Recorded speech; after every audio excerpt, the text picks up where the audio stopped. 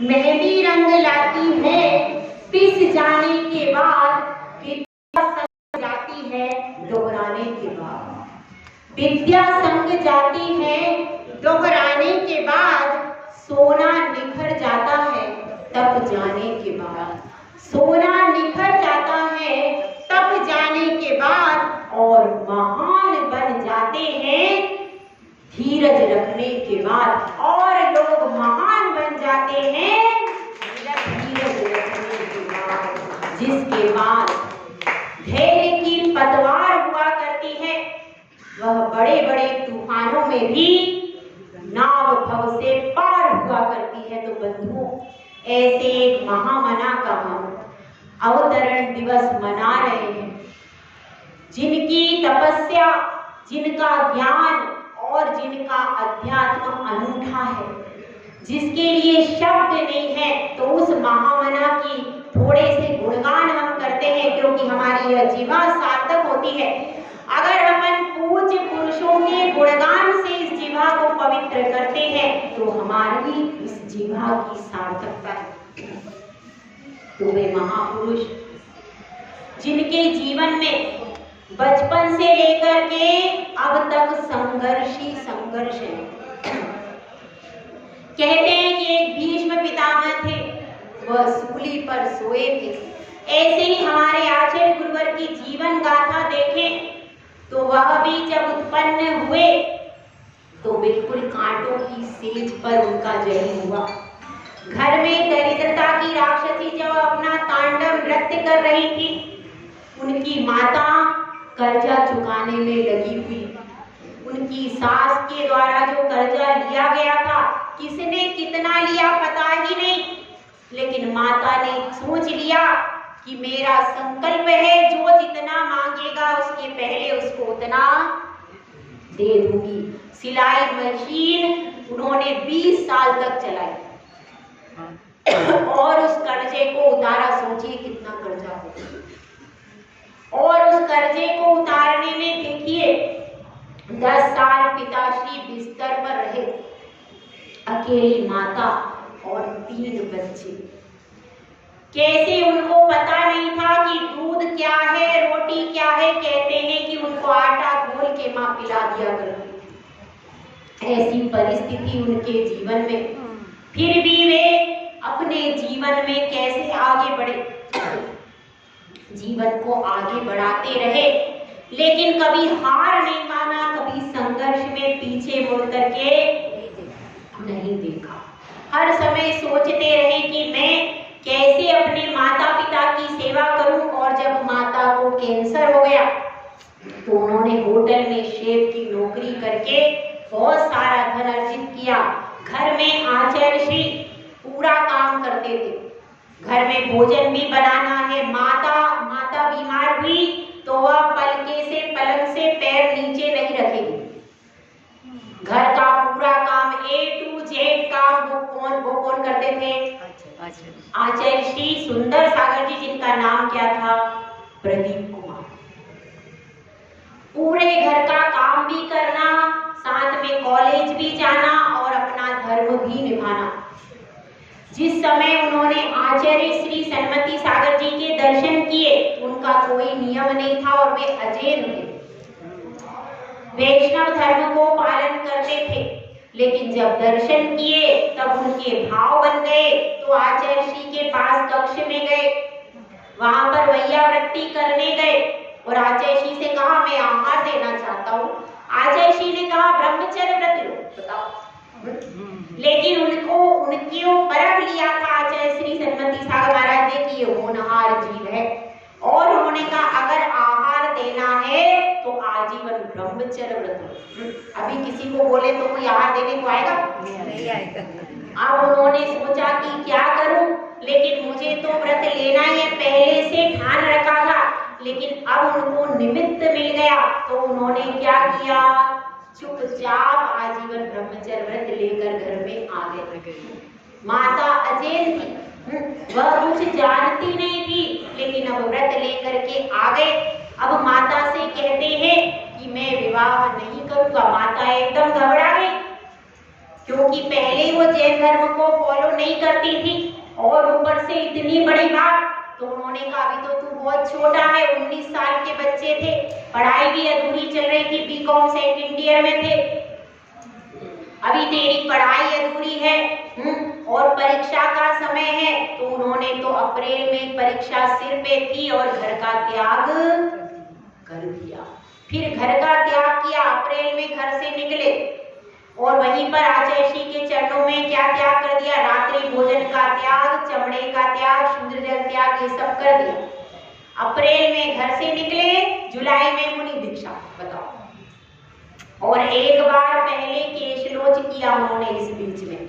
जुलाई में उनकी 16 जुलाई को 1996 को मुनि दीक्षा हो गई शिकोहाबाद। और उसकी भी बहुत सुंदर घटना है, मैंने आपको पहले बताई थी। तो अभी बात यह चल रही है कि उनके जीवन में, उन्होंने अपने जीवन में अभी पूरा लेते नहीं है, अन्न भी केवल 2 लेते हैं और ज्यादातर एक ही अन्न चलता है, सिर्फ गेहूं बस। दूसरा अन्न भी बहुत कम ग्रहण करते हैं। दूसरी चीज है दूध भी वो कदा कदा ही लेते हैं, केवल मट्ठा या छाछ ज्यादा उनके लिए चलती है। और भी मेवा में सिर्फ 2, बादाम और मुनक्का। 2010 में उन्होंने आचार्य सन्मति सागर महाराज जी की समाधि स्थली पे पूरे का आजीवन त्याग कर दिया। उसके बाद भी साधना में आप देखो कभी दिन में आराम नहीं करते, हमेशा आपको बैठे हुए पढ़ते हुए मिलेंगे। कठिन साधना है और 24 घंटे जो अभीष्ट ज्ञानोपयोग की स्थिति है वह उनके पास हमेशा चलता रहता है। सम्मेद शिखर में उनकी साधना बहुत उच्च सोपान को छुआ है। उन्होंने 2 चातुर्मास में 172 वंदनाएं की सम्मेद शिखर। हर टोक की 2 बार 3-3 परिक्रमा लगाई, 2 बार 3-3 परिक्रमा लगाई। और उसमें उन्होंने केवल एक अन्न लिया, गेहूं का ही लिया, एक अन्न लेकर के और उन्होंने बहुत सारा सीमित करके, और उसमें उन्होंने 3 अष्टानिका की निर्जल, 3 बार अष्टानिका निर्जल की और रत्नावली नाम का व्रत किया जिसमें 5 उपवास 1 आहार, 4 उपवास 1 आहार। इस तरह से क्या करते हैं, 3 उपवास 1 आहार, 2 उपवास 1 आहार, 1 उपवास 1 आहार, ऐसा व्रत होता है। और इसी तरह से चढ़ते, इसी तरह से उतरते, मतलब उन्होंने कुल 30 वंदना जो की है उपवास पूर्वक की और कुल 108 उपवास किए गए सम्मेद शिखर में रहते 2 चातुर्मास में। इतनी कठिन साधना के क्षेत्र में, ज्ञान के क्षेत्र में, अध्यात्म के क्षेत्र में और वात्सल्य के वो सम्राट कहे जाते हैं। पूरा संघ जब आहार निश्चित हो जाता है, पूरी माता जी का कि किनको किस किस चौके में जाना है, उसके बाद वो अपनी मुद्रा लेकर अपने चौके में जाते, वो खड़े रहते, उनका पड़गान हो जाता है, वो खड़े रहेंगे। पड़गाहन होने के बाद में क्या होगा, वो खड़े रहेंगे, पूरे साधुओं का पड़गान कराएंगे। किसी भी चौकी वाले को दिक्कत नहीं होना चाहिए, सबके यहाँ बराबर बराबर साधु बांट देंगे। बूढ़े साधु को पास में भेजना है और जवान साधु को दूर। पूरे 24, 25, 36 जितने भी हैं सबके जब निर्धारण हो जाएंगे उसके बाद गुरुदेव सबको बांट के, सबके कमंडल, बूढ़ी माता जी का कमंडल चौकी वालों को पकड़ा करके फिर वो वहां से अपने चौके की ओर प्रस्थान करेंगे। ये रोज का नियम है।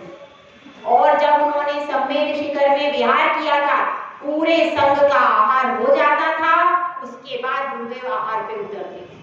ऐसी कठिन साधना उनकी है। और अभी भी आप जाइए तो आप देखेंगे पूरे संघ का और पूरे संघ की जो थालियां हैं वो लग जाए, जितने भी साधु उनके साथ चौके में उपस्थित हैं उन सब की थाली लग जाए और उनके पास व्यक्ति देने के लिए बैठ जाए। दोनों चीजें, थाली भी लगना चाहिए और देने के लिए व्यक्ति भी बैठ जाए। उसके बाद गुरुदेव क्या करते हैं, उसके बाद गुरुदेव अपने खड़े होते हैं आहार के लिए। इतना वात्सल्य। बूढ़े बूढ़े साधु हैं लेकिन बूढ़े साधु के होते हुए भी ऐसा नहीं है, अगर उनके पास 1 लोटा जूस रखा है और सबके पास 1 लोटा जूस नहीं है तो उनका लोटा ट्रांसफर हो जाए। अगर सबके पास बराबर जूस होगा, सारे आइटम भी वो देखते, जो आइटम मेरे पास है वो 7 साधु हैं,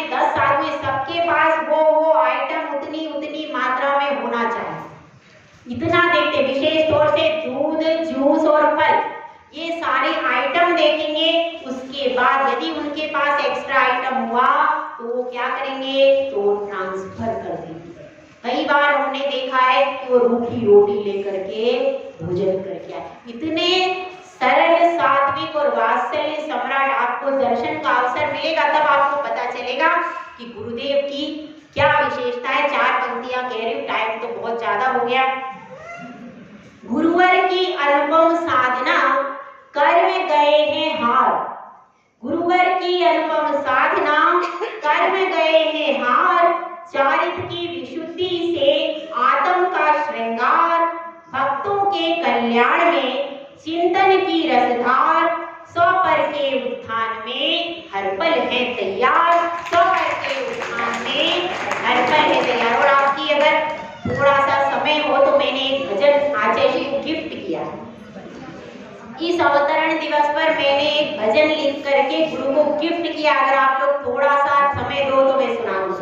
सुनाइए मत, चलिए बजाने वाले थे क्या, आ रहे क्या, वो चले गए,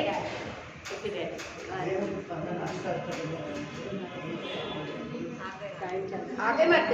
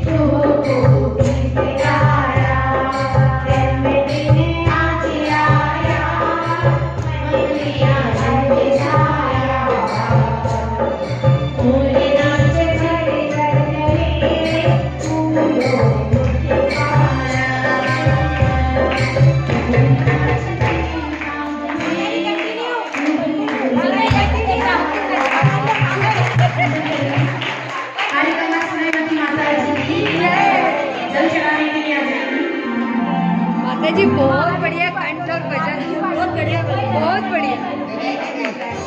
और म्यूजिक